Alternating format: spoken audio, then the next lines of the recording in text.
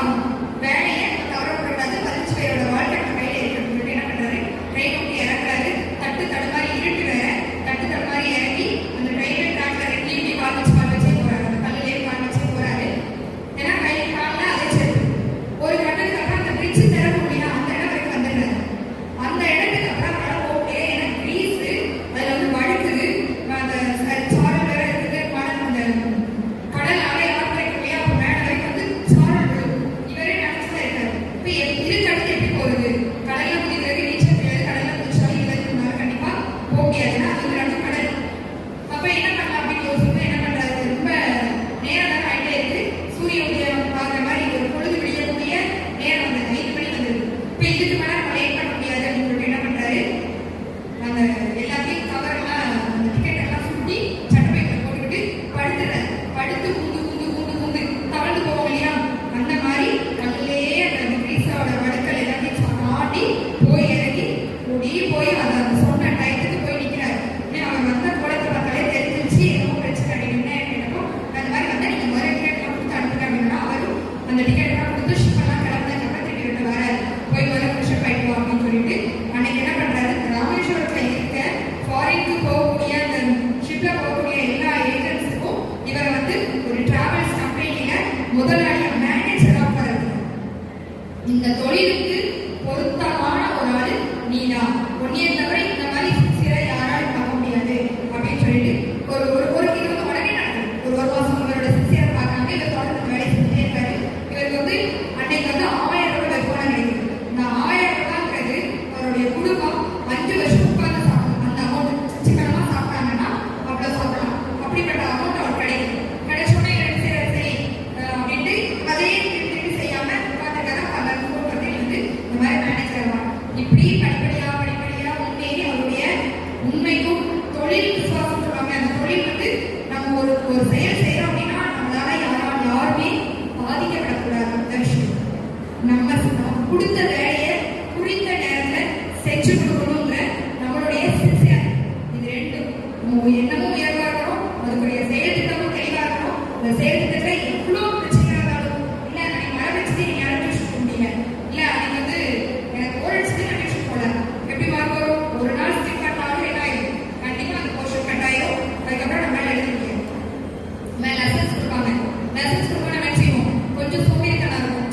பரவாயில்ல அடுத்த வாரம் தான் கேட்கறாங்க, அடுத்த வாரம் பார்த்துக்குவோம். இந்த மாதிரி நமக்கு இந்த ஏஜ்ல நமக்கு கொடுக்கப்பட்ட வேலை அன்னன்னைக்கு பாடத்தை கவனிக்கிறது, படிக்கிறது, எழுதுறது, அதை அழகா வீட்டுல என்ன கொண்டு போக மாட்டேங்க. நம்ம எங்க பையெல்லாம் பார்த்துக்கணும்னு வச்சிருப்பான், தலைக்கணும்னு வச்சிருப்பான். இப்ப வேற அவனும் முடி வளர்த்து வீட்டு வைக்கானா எங்க வைக்கிறான்னு அந்த மாதிரி ஒரு சிலர் இருப்பாங்க. எல்லாரும் கிடையாது, ஒரு சில மாணவர்கள் அப்படி இருப்பாங்க. அதே சமயம் படிச்சு நல்ல ஒரு வக்கீலாகவோ இல்லைன்னா ஒரு தொழிலதிபராகவோ இந்த மாதிரி தொழில் முனைவு இதெல்லாம் அவங்க வாழ்க்கையை நடத்துவாங்க, தெளிவாக நடத்துவாங்க. இப்போ நம்ம ஏதாவது பிசினஸ் பண்ணணும்னா அவங்க லேடிஸ்ல நிறைய கிரியேட்டிவ் இருக்கு இல்லையா. இன்ஸ்டாகிராம் இருக்கா, யாருக்கெல்லாம் இன்ஸ்டாகிராம் ஐடி, யாருக்கெல்லாம் இன்ஸ்டாகிராம் ஐடி. இப்போ போன் இருக்கான்னு கேட்கலாமா, போன் அளவு கிடையாது. எந்த காலத்துலயும் அளவு கிடையாது, இந்த காலத்துல அளவு கிடையாது. போனை கேட்கல, இன்ஸ்டாகிராம் அக்கௌண்ட் வச்சிருக்கீங்களா, எப்படி வச்சிருக்கீங்களா, இருக்கா, யூடியூப் ஆப் வச்சிருக்கீங்களா, இல்ல யூடியூப் ஆப் வந்து நீங்க வச்சுக்க மாட்டீங்கன்னா அது படிப்பு சம்பந்தமா ஏற்ற சம்பந்தமா இருக்காது. சரி, சோசியல் மீடியால வாட்ஸ்அப் ஸ்டேட்டஸ் வைப்பீங்களா, இல்ல வைப்பீங்களா, என்ன சாதிச்சுட்டு வச்சிருக்கீங்க,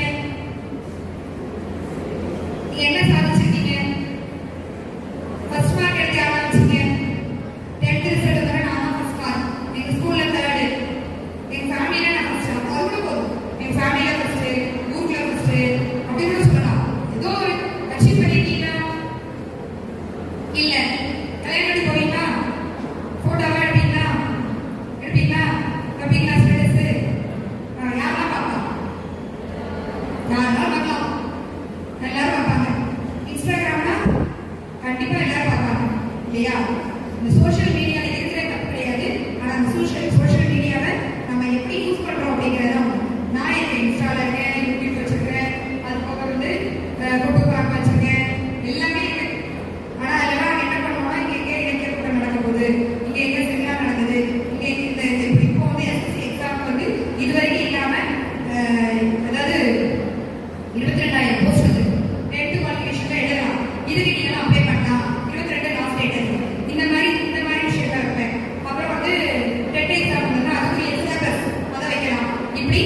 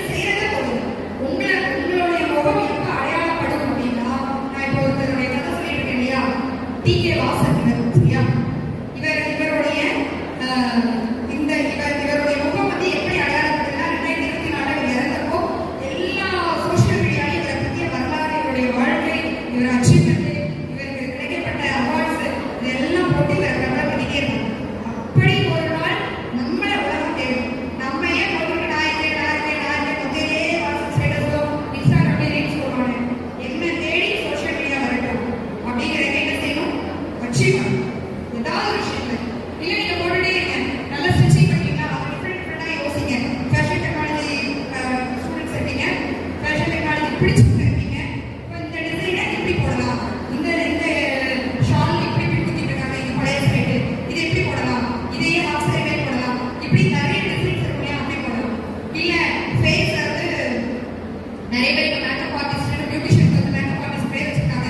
ஆனால் இந்த ஒரு ஷேடை போட்டு பொண்ணு அவங்க அப்பாவே தெரிய மாட்டேங்குது, இது யார் இதுக்குள்ள வருது அப்படின்னு கேட்கறாங்க. ஐயோ உங்க பொண்ணுதான் வருது பாரு அப்படிங்கிற மாதிரி இப்போ நிஜமாவே இப்படி நிறைய இடத்துல நடந்திருக்கு. அந்த போய் யாரு புதுசா இருக்கு அப்படின்னா இதாயா கல்யாண பொண்ணு, பெத்த பொண்ணுதான் அப்படின்னு காட்டுற அளவுக்கு என்ன செய்யறாங்க மேக்கப் ஆர்டிஸ்ட் வந்து ஃபேஸை வந்து பார்த்தீங்கன்னா. ஸோ இந்த ஓவர் மேக்கப்லாம் இல்லாமல் நேச்சுரலாகவும் தெரியணும், அதே சமயம் ப்ரைஸ் கம்மியாகவும் இருக்கணும். 50,000 1 லட்சம் சம்பாதிக்கிறவங்க இருக்காங்க. ஒரே ஒரு மேக்கப், ஒரு பொண்ணுக்கு போய் மேக்கப் பண்ண போனோம்னா 50,000 ரூபாய். இதெல்லாம் என்னது, நம்மளுடைய கோல் என்னவா இருக்கணுங்கிறது சொல்லக்கூடிய சின்ன சின்ன பாடம்.